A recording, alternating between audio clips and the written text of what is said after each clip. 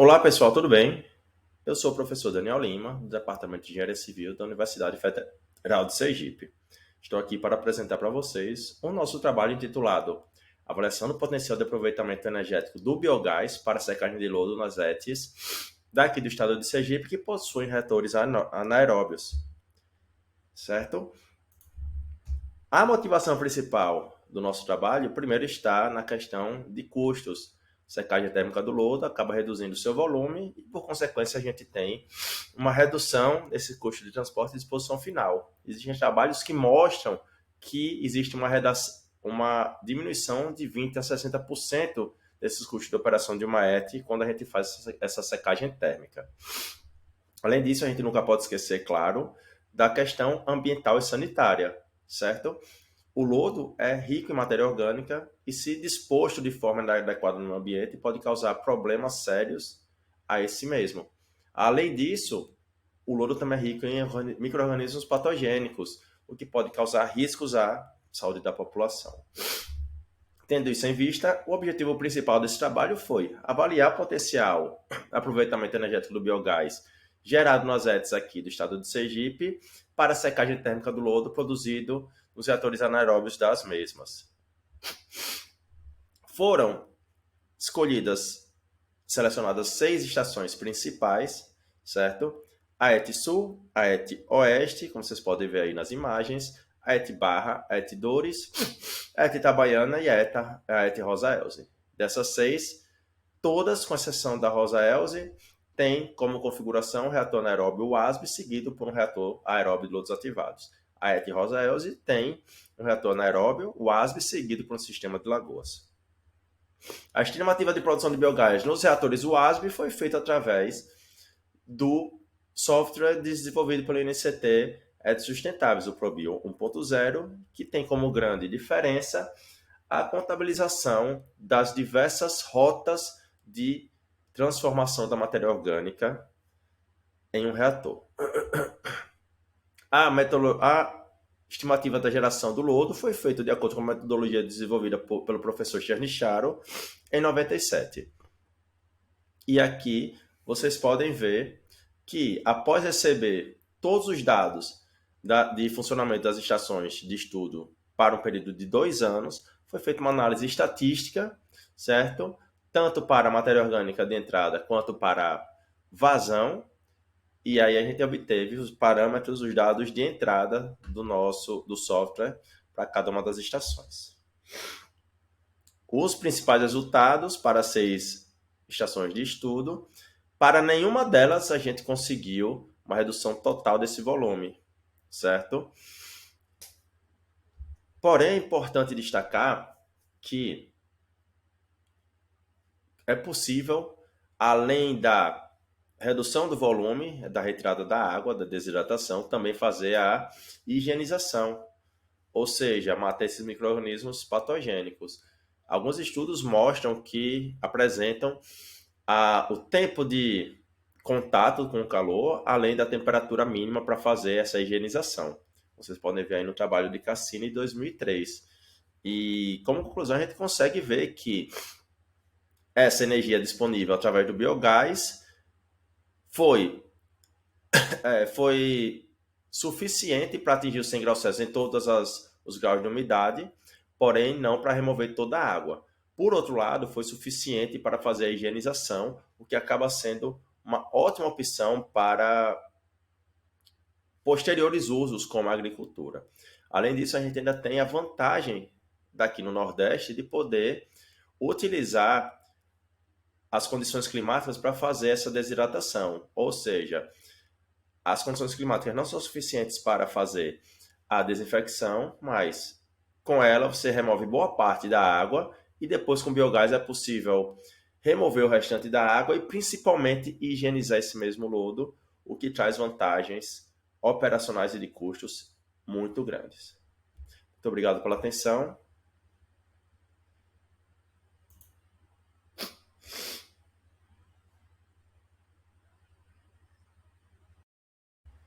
Olá pessoal, tudo bem? Meu nome é Daniel Lima, sou professor na Universidade Federal de Sergipe, mais especificamente no Departamento de Engenharia Civil, e estou aqui para apresentar para vocês o nosso trabalho intitulado Geração de Créditos de Carbono em Estações de Tratamento de Esgoto aqui no estado de Sergipe.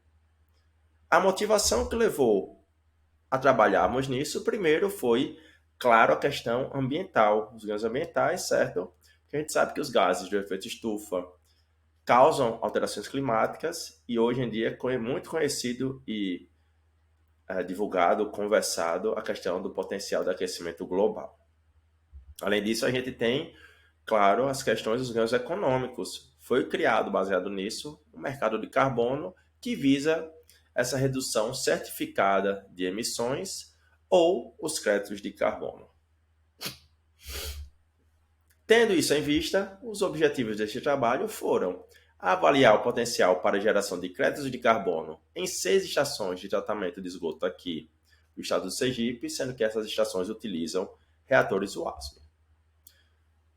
Primeiro foram escolhidas as estações que tinham reatores anaeróbios em suas configurações, e dessa forma temos 6 estações principais: a ET Sul, a ET Oeste, a ET Barra, a ET Dores, a ET Itabaiana e a ET Rosa Elze. Dessas 6, apenas uma, que é a ET Rosa Elze, possui uma configuração diferente. As 5 primeiras possuem sua configuração um reator anaeróbio, WASB, seguido por um reator aeróbio, um sistema de lodos ativados, e a ET Rosa Elze possui um reator anaeróbio, que é o WASB, seguido por um sistema de lagoas. Após essa escolha, passamos para a estimativa da produção do biogás e foi utilizado o software desenvolvido pelo INCTET Sustentáveis, o ProBio 1.0, que tem como principal diferenciação um detalhamento maior das rotas de degradação de transformação da matéria orgânica. Além disso, é possível, através do ProBio, estimar essa taxa de emissão de créditos de carbono. Logo, fizemos o estudo em 3 cenários principais. O primeiro cenário foi feita a estimativa de geração de créditos de carbono utilizando flares, queimadores, certo? Através do próprio ProBio 1.0. O segundo cenário, a gente fez uma estimativa da geração de créditos de carbono através do aproveitamento energético desse biogás, que foi estimado também a partir do ProBio. Desculpa. Para fazer essa estimativa do aproveitamento energético, foi utilizado esse fator de emissão médio fornecido pelo Ministério da Ciência, Tecnologia e Inovações anualmente. No cenário 3, pegamos o biogás estimado a partir do ProBio 1.0 e fizemos essa estimação de geração de créditos de carbono, substituindo alguns combustíveis por esse biogás, certo? Temos essas equivalências energéticas, certo, do biogás e outros combustíveis, e aí foi possível fazer o estudo nesse cenário 3. Como os resultados, para o cenário 1, tivemos essa estimativa de créditos de carbono e também a receita anual a partir do crédito de carbono em 2 cenários, a partir da venda no mercado europeu e no mercado voluntário brasileiro. É possível verificar que no mercado europeu os custos são muito maiores, porque no mercado brasileiro ainda não existe uma obrigatoriedade. Fizemos a mesma coisa para o aproveitamento energético do biogás, certo? E por último, foi feito substituindo por gasolina e por etanol, tendo em vista a importância desses 2 combustíveis na nossa matriz energética. Como resumo final, podemos ver que para os cenários apresentados lá no ProBio 1.0, a melhor opção foi o uso de queimadores do tipo flare, certo? É mais simples, porém é o que dá uma melhor resposta de créditos de carbono. Como conclusões, podemos verificar que uma potencial para a geração de créditos de carbono foi exatamente nos flares. E por último, que a receita em nenhum dos cenários foi tão significativa, mas a gente nunca pode esquecer que os principais ganhos são os ambientais. Muito obrigado pela atenção.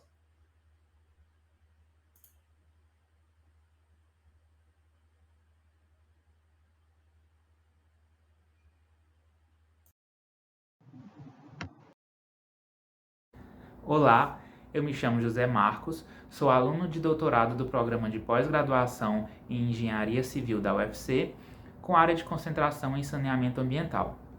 Hoje eu vou falar para vocês um pouco sobre a pesquisa que eu venho desenvolvendo sob orientação do professor Paulo Igor no Laboratório de Saneamento Ambiental, que fica localizado no Departamento de Engenharia Hidráulica e Ambiental da UFC.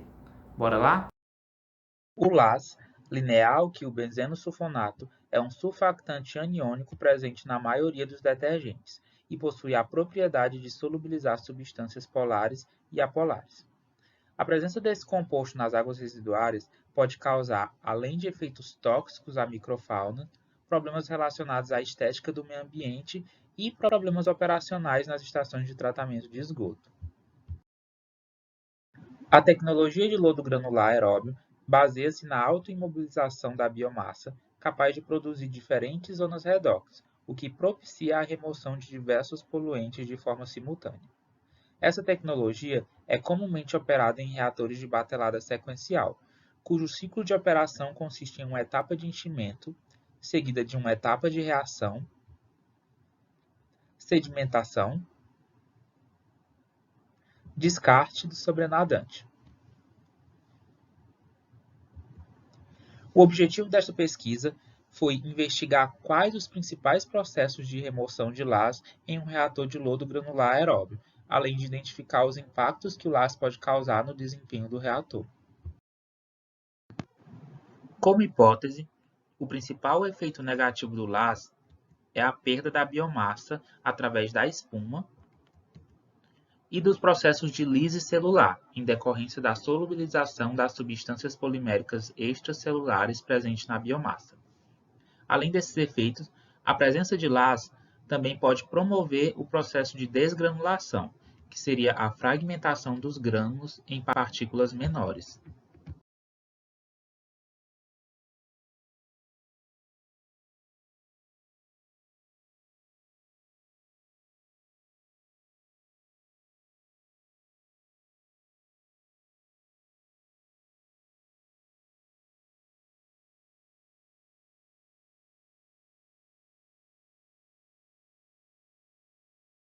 Quanto às características da biomassa, foi observado cerca de 6.000 mg por litro de biomassa, com baixo IVL, o que indica uma boa capacidade de sedimentação.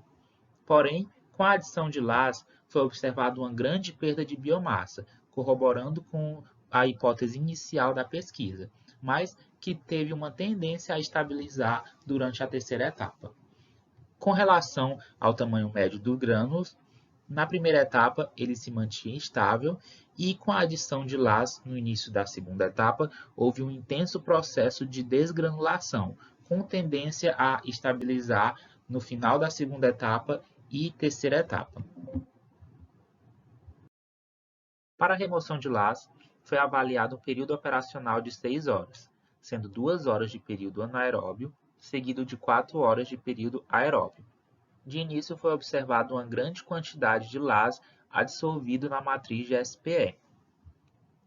No entanto, mesmo sem aeração, foi observado o processo de biodegradação de LAS durante a fase anaeróbia, que foi intensificado durante o período anaeróbio, sendo quase totalmente removido nas 4 primeiras horas de operação.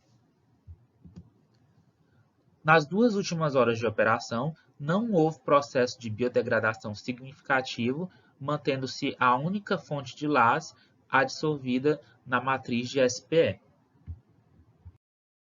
Com relação ao desempenho do reator, o reator se manteve estável durante as 3 etapas para a remoção de matéria orgânica. O mesmo foi observado para a remoção de nitrogênio. E para a remoção de fósforo, apesar de ter obtido remoções insuficientes, foi observado uma pequena melhora durante os períodos com a adição de LAS.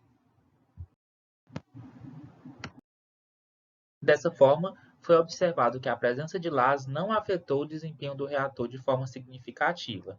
Porém, o LAS influenciou negativamente na estabilidade da biomassa, obtendo baixas concentrações de sólidos, mas com total remoção de LAS durante o período de operação. a todos pela atenção. Muito obrigado.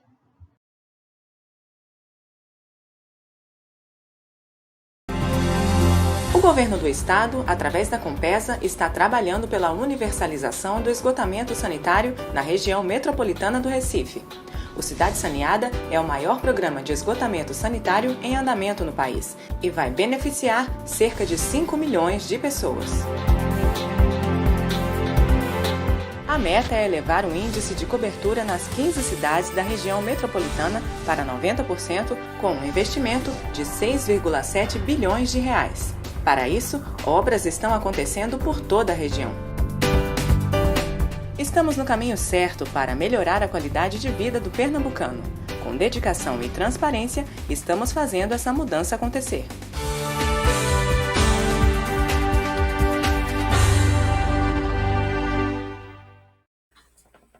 Olá, meu nome é Fabrício e esta apresentação tem o tema Análise de superfície de resposta sobre a produção de ácido capróico a partir de vinhaça em microcosmos focados na produção de lactato. Conforme visto nesse fluxograma, a vinhaça é um subproduto resultante do processo de destilação do etanol e possui um baixo valor comercial. Além disso, esse líquido possui uma alta taxa de produção volumétrica em relação ao etanol, numa faixa de 10 a 15 litros por cada de etanol produzido, o que faz com que a sua destinação final se torne problemática ou até mesmo catastrófica, a depender do caso, tanto do ponto de vista financeiro quanto do ponto de vista ambiental. Algumas soluções, entretanto, foram sendo desenvolvidas ao longo do tempo. Do ponto de vista tradicional, a vinhaça começou a ser empregada na fertirrigação ou até mesmo na produção de adubo. Esse uso, porém, implica em consequências ambientais, como a lixiviação do solo e a contaminação dos corpos hídricos. Mais recentemente, entretanto, foi visto que a vinhaça possui um alto potencial energético, o que possibilitaria seu uso em processos de digestão anaeróbia. Dentre os produtos resultantes, destacam-se os ácidos carboxílicos de cadeia média, que possuem um alto valor comercial. Bom, por possuírem uma alta concentração de açúcares, o processo ideal para produzir esses ácidos deve ser realizado em duas fases. A primeira é focada na produção do lactato como fonte de energia, e a segunda, o alongamento da própria cadeia carbônica. Este trabalho, portanto, teve como objetivo verificar a viabilidade da primeira fase, vendo a produção nessa fase do ácido capróico, um dos principais ácidos carboxílicos de cadeia média utilizado na indústria, mesmo com microcosmos focados na produção do lactato. Bom, para isso, foi avaliado qual o melhor cenário a partir de um planejamento fatorial para a produção do lactato em microcosmos de 120 ml. Os microcosmos foram montados da seguinte forma: 70%, o equivalente a 87,5 ml, foi utilizado a vinhaça, diluída em água, que no caso foi o substrato, e o inóculo, que foi utilizado a manipoeira, que também é um subproduto, mas dessa vez da produção de farinha de mandioca.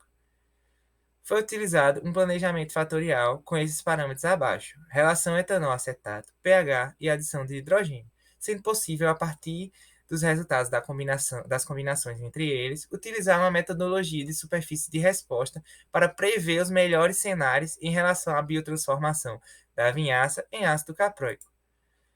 Para a etapa analítica, foram utilizados os métodos de análise vistos a seguir.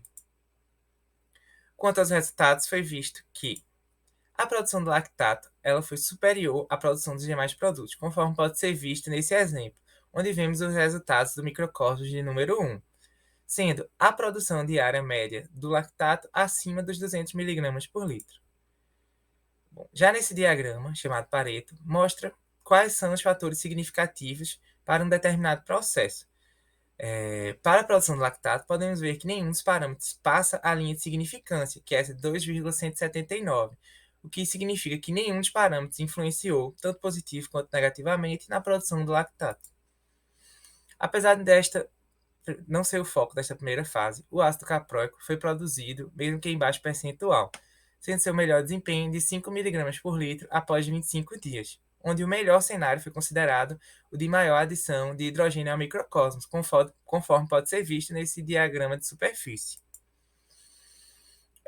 Conforme pode ser visto nesse diagrama de Pareto a seguir, o cenário de maior adição de hidrogênio ele foi o que possuiu maior significância, o que mais ultrapassou a linha de tendência, validando a hipótese feita anteriormente.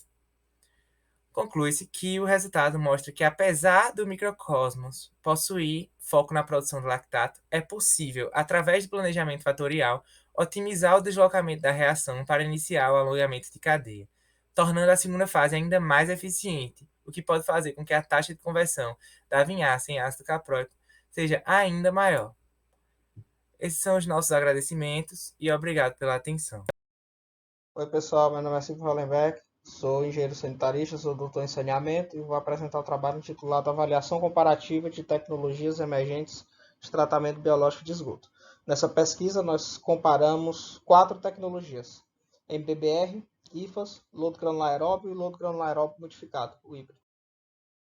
Bem, falar rapidamente da tecnologia MBBR e IFAS, tecnologia bem conhecida, né, consolidada no mercado. Então, baseia-se num tanque de aeração. Nesse tanque de aeração nós temos as biomídias, crescimento aderido da biomassa, e temos um decantador. A diferença básica entre o MBBR e IFAS é simplesmente o retorno, a recirculação de lodo. Geralmente, a doutrina majoritária tem utilizado o volume de meu suporte dentro do reator da ordem de 20% a 60% do volume do tanque, mas os valores mais usuais, 20% a 30%.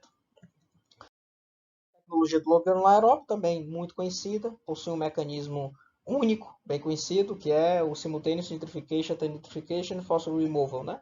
A remoção simultânea de nitrogênio, carbono e fósforo.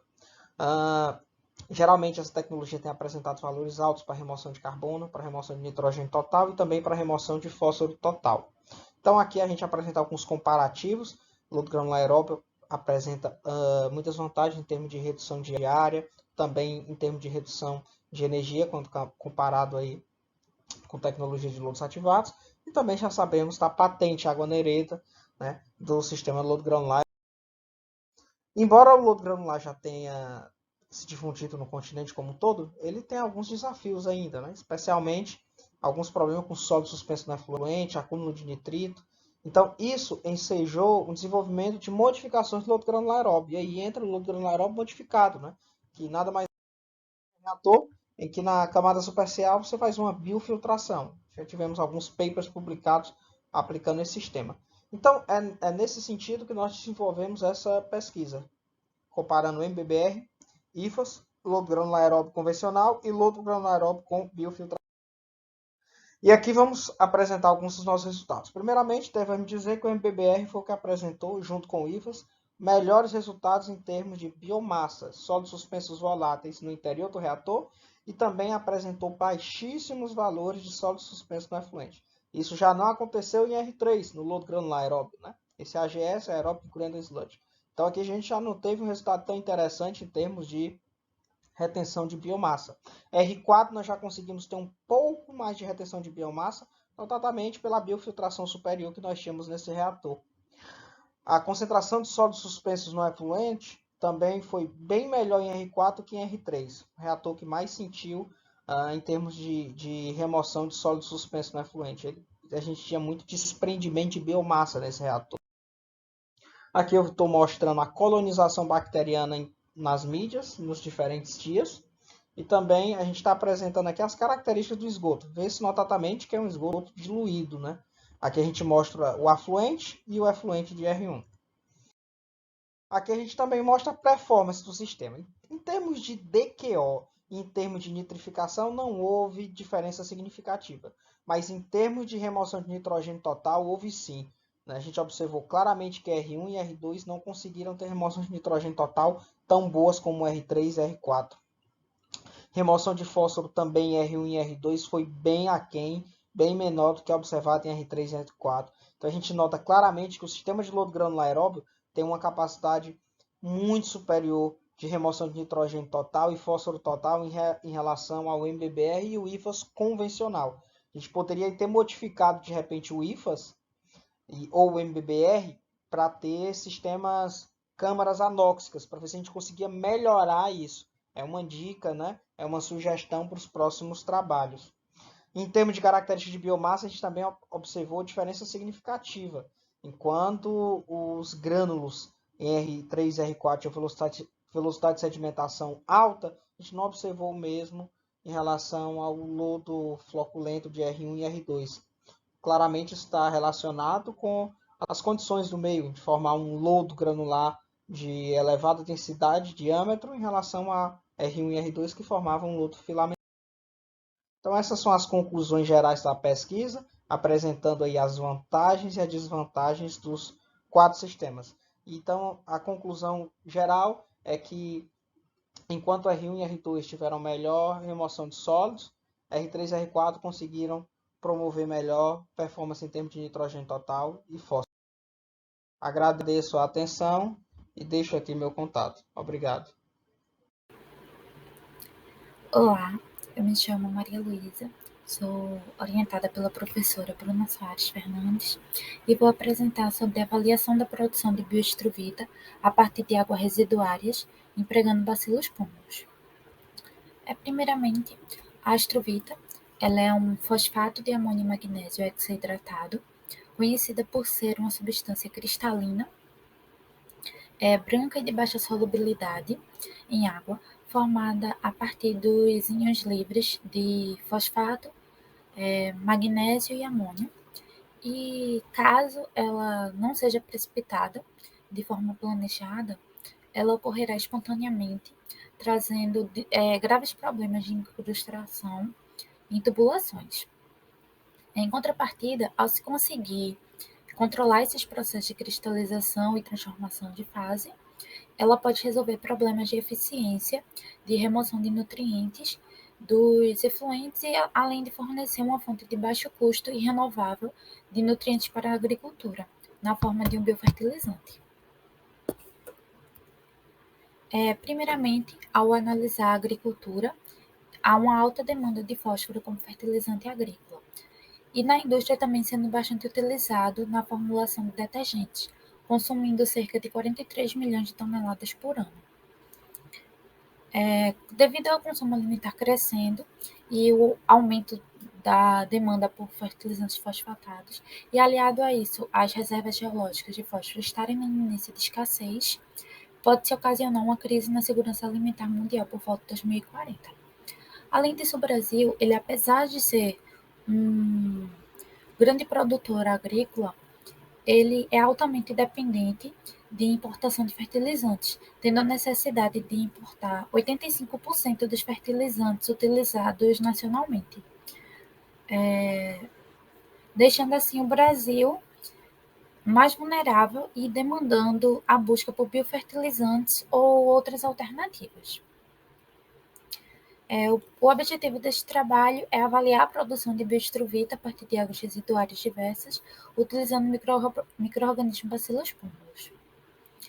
Primeiramente, o micro-organismo utilizado foi o Bacillus pumilus, da Fundação André Tosello, onde ele foi ativado em placa de Petri, utilizando o meio ATCC3 por 4 dias. Posteriormente, houve a sua propagação em meio líquido, com este mesmo meio sem o agar, também por 4 dias.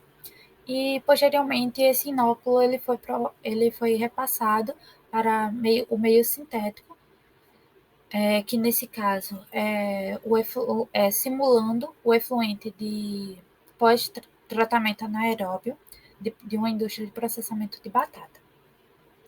Os reatores eles foram formados contendo 40,5 ml desse meio sintético e 4,5 do inóculo. Foram mantidos em agitação a 100 RPM a 30 graus Celsius e foram realizadas análises das amostras em 0, 3, 5, 7 e 10 dias após a incubação. Os sais presentes no meio sintético são esses da tabela. E as amostras analisou-se o crescimento microbiano pelo espectrofotômetro e sólidos suspensos. Em relação à concentração de acetato, foi feita por cromatografia líquida de alta eficiência e a remoção dos íons por cromatógrafo de íons. Os cristais eles foram analisados e caracterizados utilizando o microscópio eletrônico de varredura, o MEV, além do difratômetro de raio-x, o DRX. Como resultado, obteve-se um consumo de acetato de 36%. Em relação os abióticos não houve esse consumo. Houve bastante presença de cristais com tamanhos variando de 50 a 100 milímetros, e as concentrações dos elementos de fósforo, magnésio e nitrogênio foi considerado dentro dos parâmetros da literatura. O DRX conseguiu comprovar que ele é estruvita, pois tem os 3 picos de alta eficiência consideráveis, compatíveis, e como conclusão é a possibilidade de produzir estruvita por via biológica a partir de diferentes águas residuárias, e os cristais gerados eles tiveram tamanhos inferiores aos dos autores, podendo estar associado ao micro-organismo e à fonte de magnésio utilizada. Muito obrigada.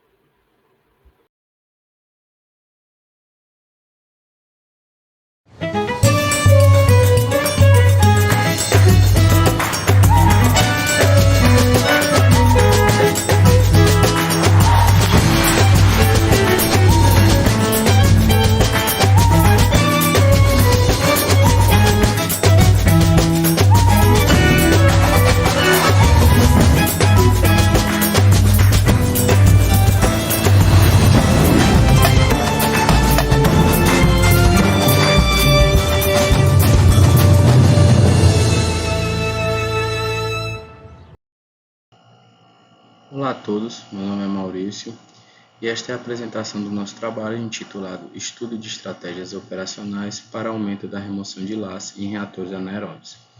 Este trabalho foi feito por mim, Maurício Guimarães de Oliveira, pelo meu colega Tiago Rocha Nogueira e pelo professor Paulo Milen Firmino e pelo professor André Bezerra dos Santos. O trabalho foi feito no Laboratório de Saneamento da Universidade Federal do Ceará, em parceria com o INCT e a CAGES. Primeiramente, uma breve introdução sobre o nosso trabalho. Bem, surfactantes estão frequentemente presentes em esgotos sanitários e industriais, efluentes lavanderias, lava-jatos, entre outros. Dentre os surfactantes, o alquilbenzeno linear sulfonato, o LAS, é o principal tensoativo utilizado pelos fabricantes de produtos de limpeza, principalmente devido à sua excelente propriedade de detergente e o seu baixo custo. A literatura reporta baixas e moderadas remoções de LAS em reatores UASB e outras tecnologias anaeróbias, principalmente quando em comparação com tratamentos aeróbios. No entanto, tecnologias aeróbias demandam um alto custo e possuem uma operação mais difícil. Portanto, torna-se necessário o desenvolvimento de estudos que aumentem as eficiências de remoção de LAS nesses tipos de sistemas de tratamento, especialmente para serem projetados com baixo TDAH, que resultará em menores volumes de reatores e menores custos. Nesse contexto, a presente pesquisa buscou avaliar algumas estratégias operacionais para o uso em reatores UASB, como é o caso da microaeração, que consiste na injeção de pequenas quantidades de oxigênio ou ar no sistema anaeróbio e que já foi reportada como um importante acelerador da biodegradação de compostos surfactantes, assim como o AQS, que é um mediador redox à base de quinômio. Para a execução da pesquisa, o tempo de detenção hidráulica utilizado nos 2 reatores foi de 8 horas, compatível com o projeto de reatores UASB tratando esgotos sanitários, sendo que o reator 1 funcionava como um reator UASB tradicional e o reator 2 foi microaerado com ar sintético em sua base por meio de um controlador de fluxo máximo. A dose de ar da microaeração utilizada no reator 2 foi de aproximadamente 6,8 litros de ar por minuto. Foram testadas diferentes concentrações de LAS, assim como em uma das fases foi testado o mediador redox AQS na concentração de 50 micromolar. Quanto à eficiência de remoção de LAS, podemos observar que quando a concentração do composto foi de 5 mg por litro, na ausência de AQS, foram obtidas remoções de 30,6% e 31,6% em condições anaeróbias e microaeróbias, respectivamente. Já quando se diminuiu a concentração de LAS para 1 mg por litro, também na ausência de AQS, visando-se eliminar a interferência do LAS na solubilidade da microaeração, os valores obtidos foram de 23,9% e 28,3% em média em condições anaeróbias e microaeróbias, respectivamente. Percebe-se assim que os valores próximos encontrados são possivelmente mais relativos à própria estrutura química do LAS, que, apesar de ser linear, não possibilitou a atuação eficiente das monoxigenases, contrário ao efeito marcante reportado na literatura que a microreação teve na remoção de outros compostos surfactantes. Contudo, na presença de concentrações catalíticas do mediador redox AQS, mesmo em uma concentração de LAS mais elevada de 15 mg por litro, as eficiências de remoção nas duas condições anaeróbia e microaeróbia foram acima de 80%. Assim, podemos concluir que a adição de AQS demonstrou ser muito eficaz para melhorar a biotransformação limitada de LAS em reatores anaeróbios e microaeróbios, possivelmente por acelerar a transferência de elétrons do substrato do LAS, o que aumentou consideravelmente a eficiência de remoção de ambos os sistemas.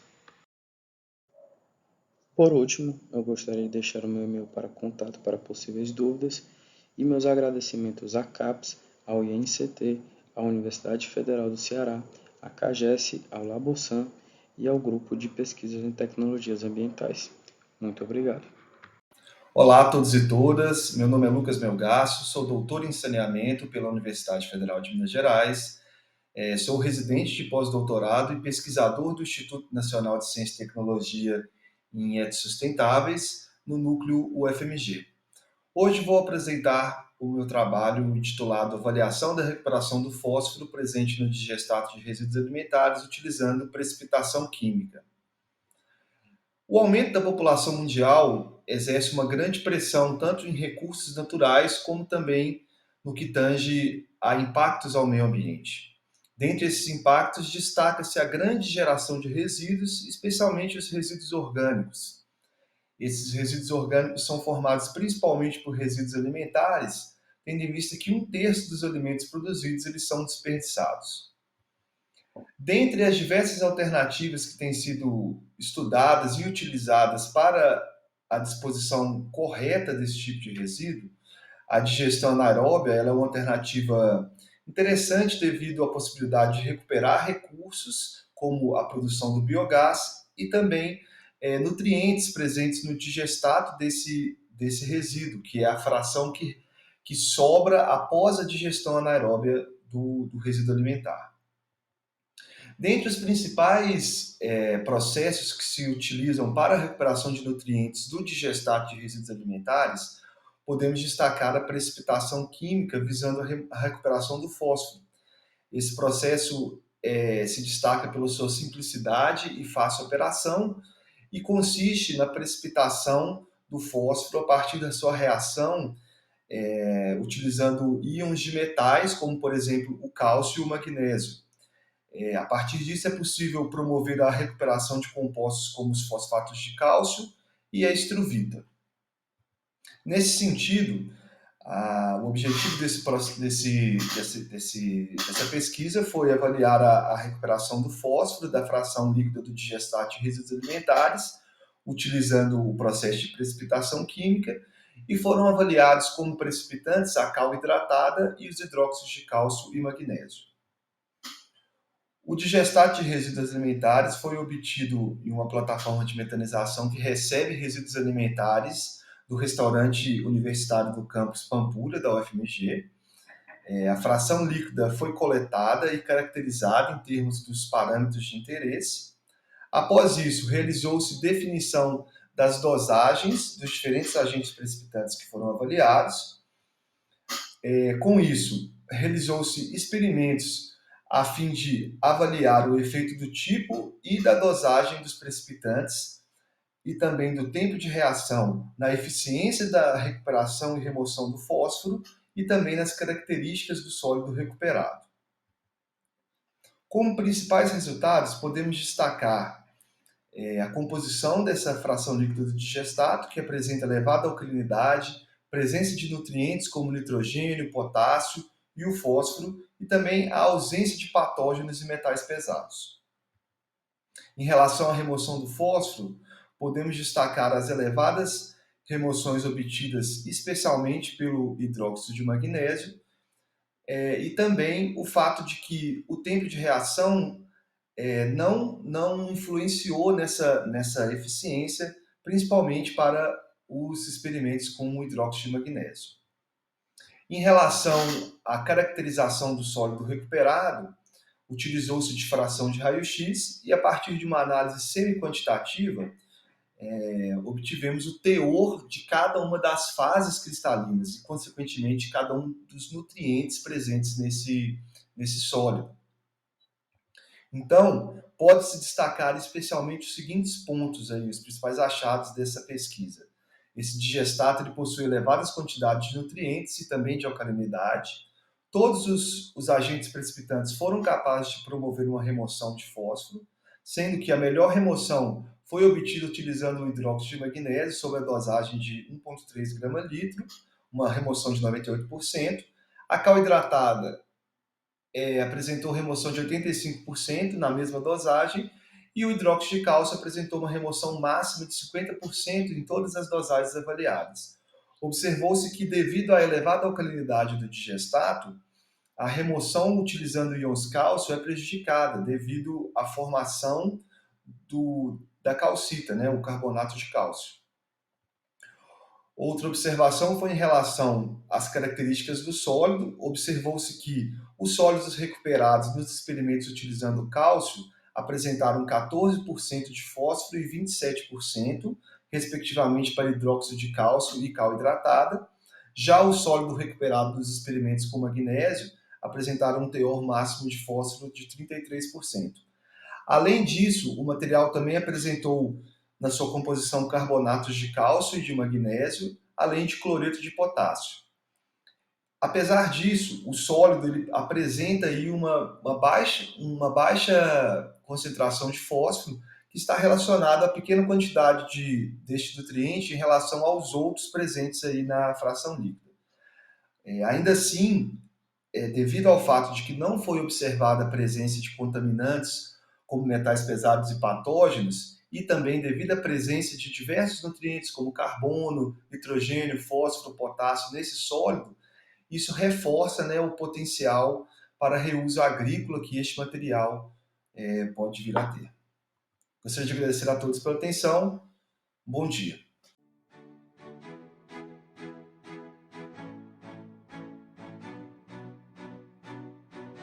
Olá, eu sou a Dicla e te convido para conhecer um pouco mais sobre a pesquisa que estamos desenvolvendo. Despejos plásticos na natureza causam problemas ambientais, assim como resíduos industriais, como a vinhaça, que pode acidificar águas subterrâneas e eutrofizar corpos hídricos.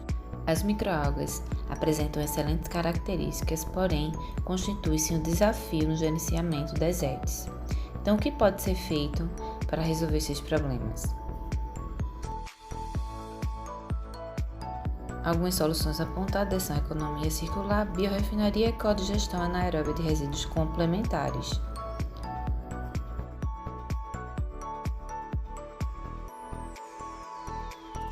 Deste trabalho é avaliar os efeitos da alteração da carga orgânica volumétrica e do tempo de detenção hidráulico na produção de ácidos graxos voláteis a partir da fermentação de microágua pré-tratada termicamente e da vinhaça. Um reator fermentador foi operado por 171 dias de 1,8 litros CSTR, alimentado com vinhaça e microágua pré-tratada termicamente. Foram aplicados TDAH de 4, 3 e 2 dias, com covos de 5,62 e 11,25 kg de DQO por metro cúbico por dia.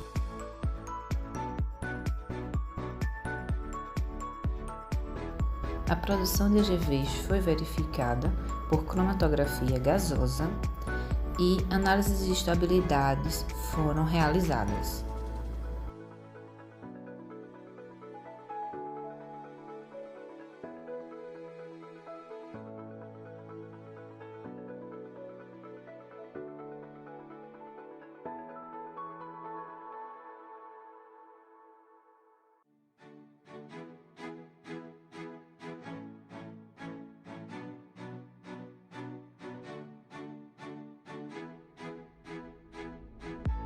Concluiu-se que a duplicação da COV para o mesmo TDAH promoveu o aumento da produção de AGVs em 159%.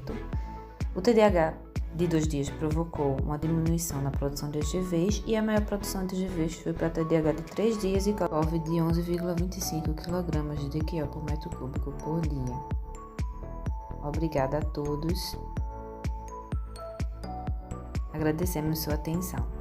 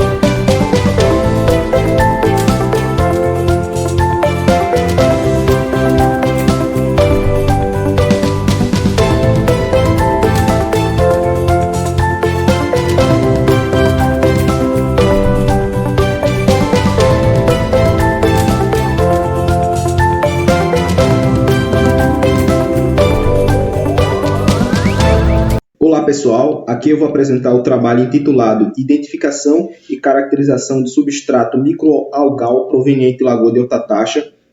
Eu, Axon Gonçalves de Lima, elaborei esse trabalho juntamente com o aluno Edilberto Mariano e o aluno de pós Paulo Henrique da Silva. Fomos orientados pelo professor Vanderly Leite e a professora Lourdinha Florencio. Energias renováveis que implicam em sequestro de carbono vêm ganhando cada vez mais notoriedade na comunidade científica. E uma das possibilidades de incorporação do carbono é através do cultivo de microalgas, uma vez que elas incorporam o CO2 e, devido à fotossíntese, elas armazenam energia na forma de lipídio. Esse lipídio pode ser extraído para a formação de biodiesel. O biodiesel pode ser novamente queimado e liberado CO2 na atmosfera. Esse CO2 é captado novamente pelas microalgas, dessa forma constituindo um ciclo fechado e aplicando a ideia de economia circular.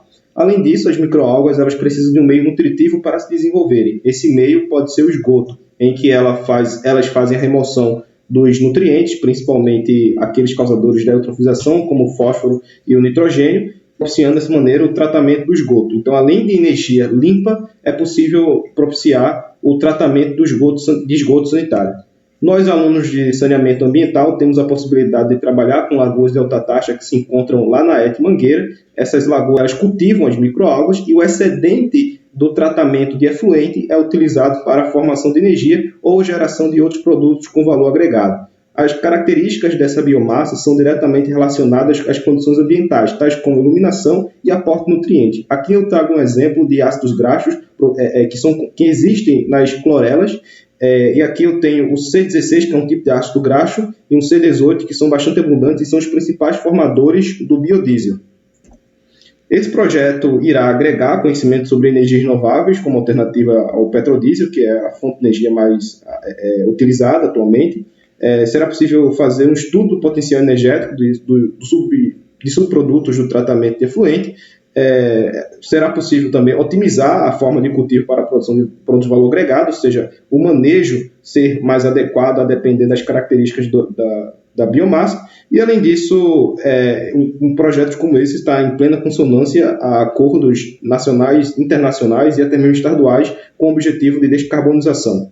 Então, foi possível fazer uma caracterização físico-química das amostras, em que os resultados são os apresentados na tabela. Nós temos aqui 3 amostras, a BA1 e BA2, considerando-se a biomassa sem inoculação, e a MAB, ou seja, agregado microalga-bactéria, que é considerando a inoculação cumulativada.